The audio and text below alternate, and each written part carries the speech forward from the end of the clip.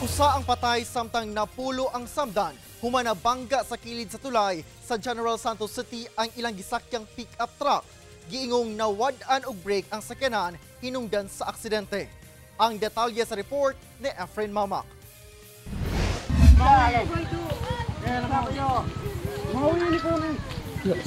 Naglaray na sa tunga sa kalsada kining pipila ka mga biktima nga nangalagpot gikan sa gisakyang pick-up truck human kini nabangga sa kilid sa tulay sa Purok Datal Salvan, Barangay San Jose, General Santos City, banda alas 2 sa hapon adlang Huwebes. Gani ang ubang mga biktima nagbuyod na og naligo sa kaugalingong dugo.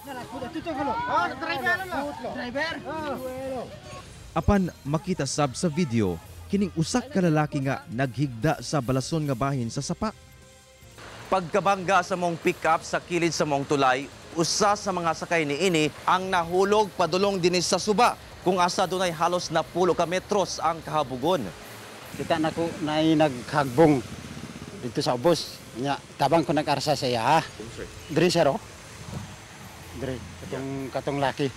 Ang 29 anyos nga lalaking biktima nga nahulog lakip sa 11 ka mga sakay sa mong pick-up nga girescue sa otoridad. Apan ang 65 anyos nga babaeng sakay ang gideklarang dead on arrival sa ospital. Sa investigasyon sa kapulisan, gimaneho ang mong pick-up sa 49 anyos nga babaeng driver.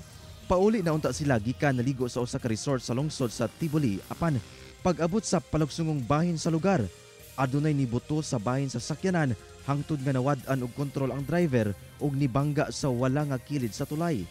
Sa kakusog sa impact, natanggal ang pipila ka ligid sa maong sakyanan.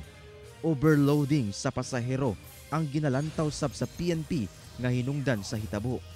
Tinitingnan rin natin yung overloading na naging dahilan, kasi sabi nga ng driver na wala silang preno. So siyempre mabigat yung sasakyan niya at hindi na talaga kayang i-maneuver dahil nga pababa at mabigat yung karga niya.